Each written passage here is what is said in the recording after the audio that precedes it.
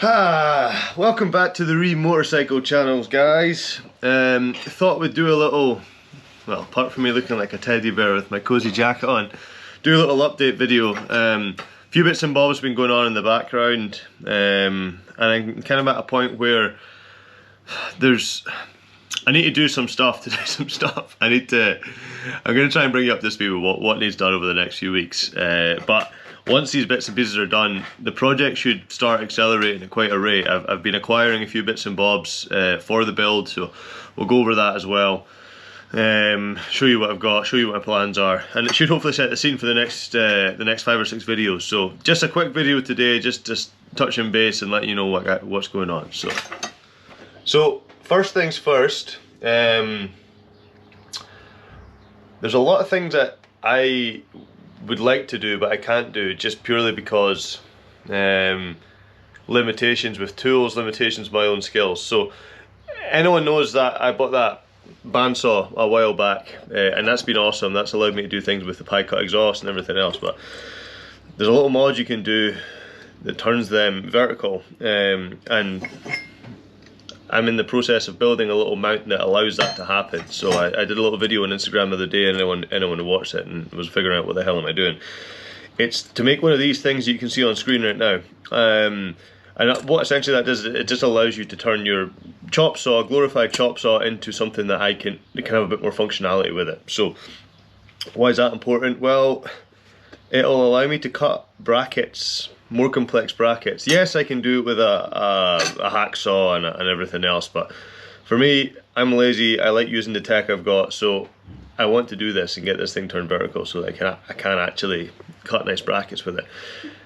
And then I'll show you why, because a few of the things that I've got recently will rely on my ability to cut neat brackets. So yes, that's what this is. That's what I've been working on in the background. How maybe I've not done so much with the build this week. Yes, it's only 3 bits of metal welded together. I'm aware of that.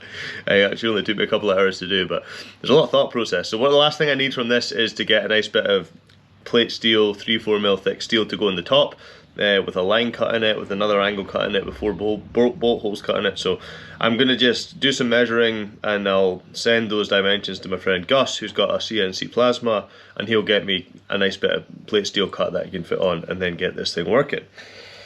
So that's first thing on the list. Second thing I'll go get. I've lost them already. Hello.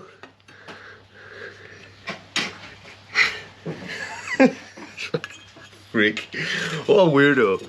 Anyway, second things. Headlights. Headlights for the build. These are Highsider satellites, and I think, judging by the cost of them, I think there's some solid gold stuck inside each of these somewhere. I'm yet to find it, but that's the only reason I can think as to why they're so expensive. They are very well made, to be honest. They do feel really nice, and I have briefly had them on, and I can just about see again, and that was last week. So they're hell of a bright.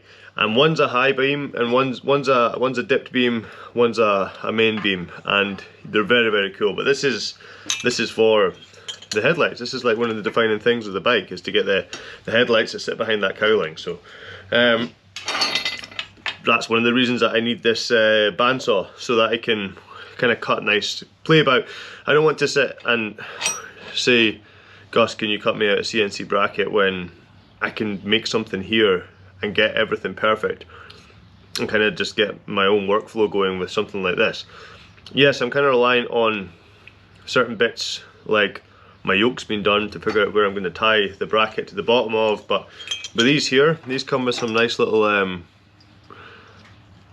mounting points that you can also adjust and turn the movement of the bike, sorry, the lights. So initially I was thinking, do I get rid of these little brackets? Do I try and use them? And I would quite like to use them, I think. So I'm thinking some kind of bracket that keeps these two together, a kind of C-shaped thing that goes around the back, with a bit that will bolt to the top yoke.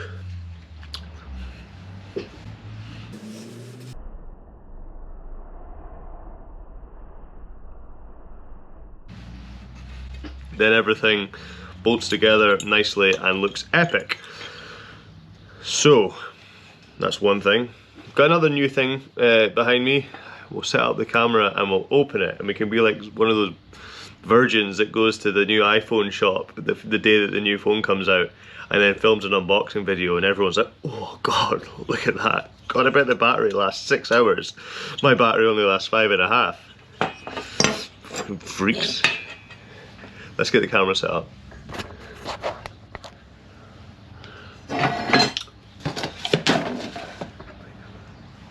Turn off! This GoPro better not die. Right. Ooh, such nice packaging. What have we here? This is a rather big iPhone.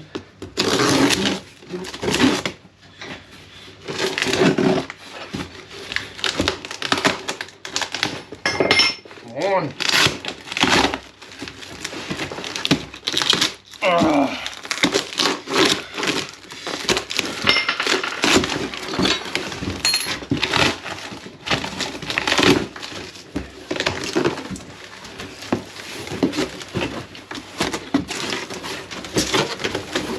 Oh, come on. Ew. That's just perfect.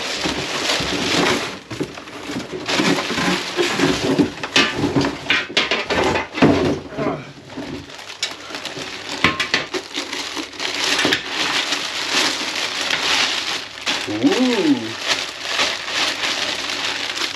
What do we have here?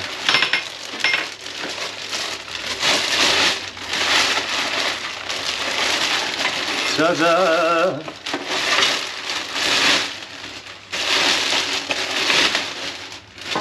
Nice. That's actually quite tidy. Yeah, that's cool. So I took bit the bullet and got one of these. We'll go and offer it up to the bike, see what it looks like, and then I'll tell you about my plans for this, because I'm not going to cut it up yet. Let's have a look.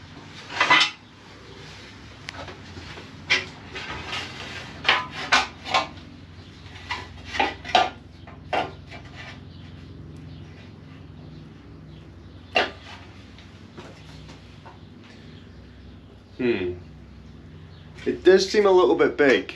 It said it was for an 18 or a 19-inch wheel, but we can play a bit. We can play a bit of this.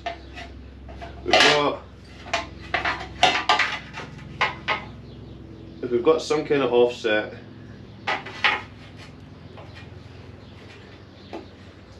there's a way to make this work. We'll make this work. I like it hugging this back wheel.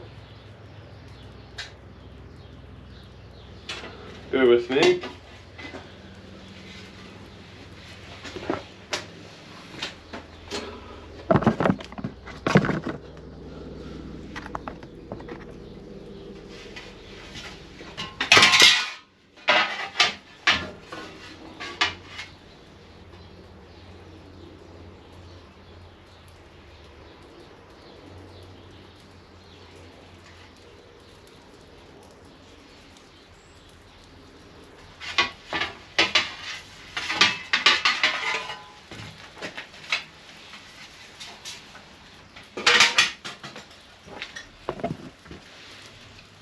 So it looks a little bit big. I'm just measuring it.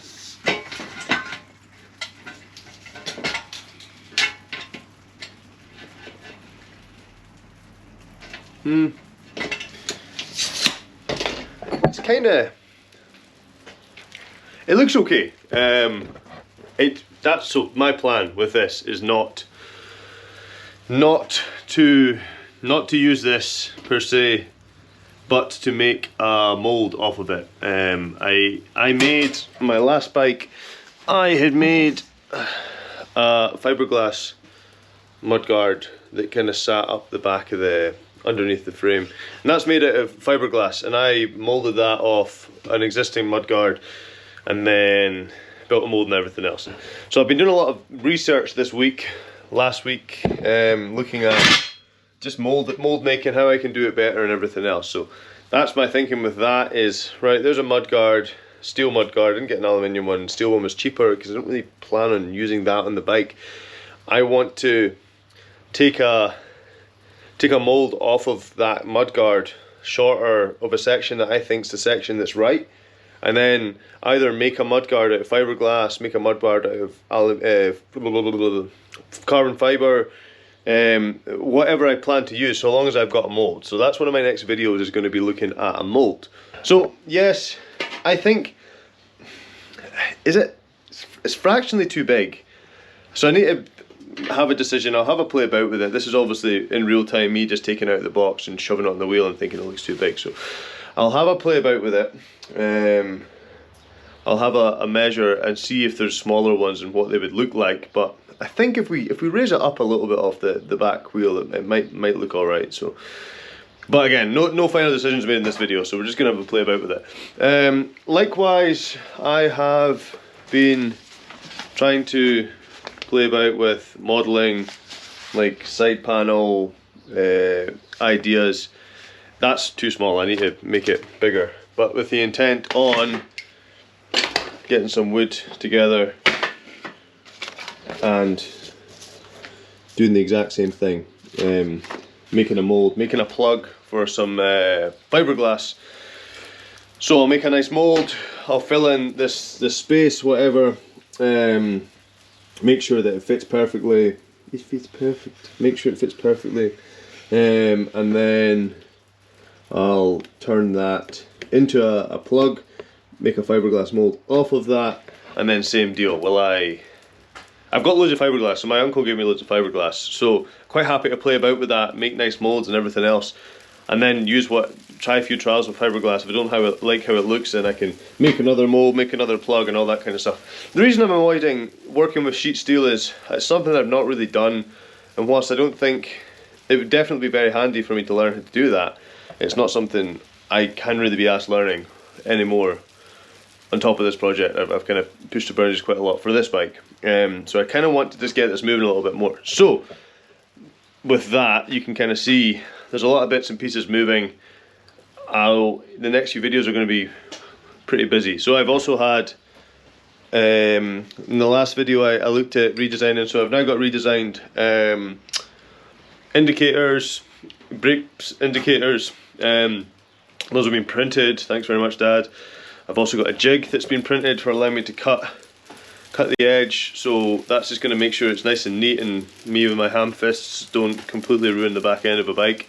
The front panel, I'm going to wait a little bit. I'm going to skin that in carbon fibre, but bits I need to figure out are how much does that, bloody snow, how much does that impact the ability to,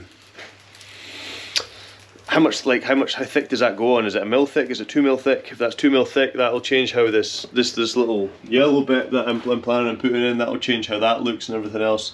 That's obviously Mark 1 prototype, it's not going to be ending up on the bike. And then my yokes, they've been reprinted as well. So I've got upper yokes, I just want to kind of test them, see how they fit.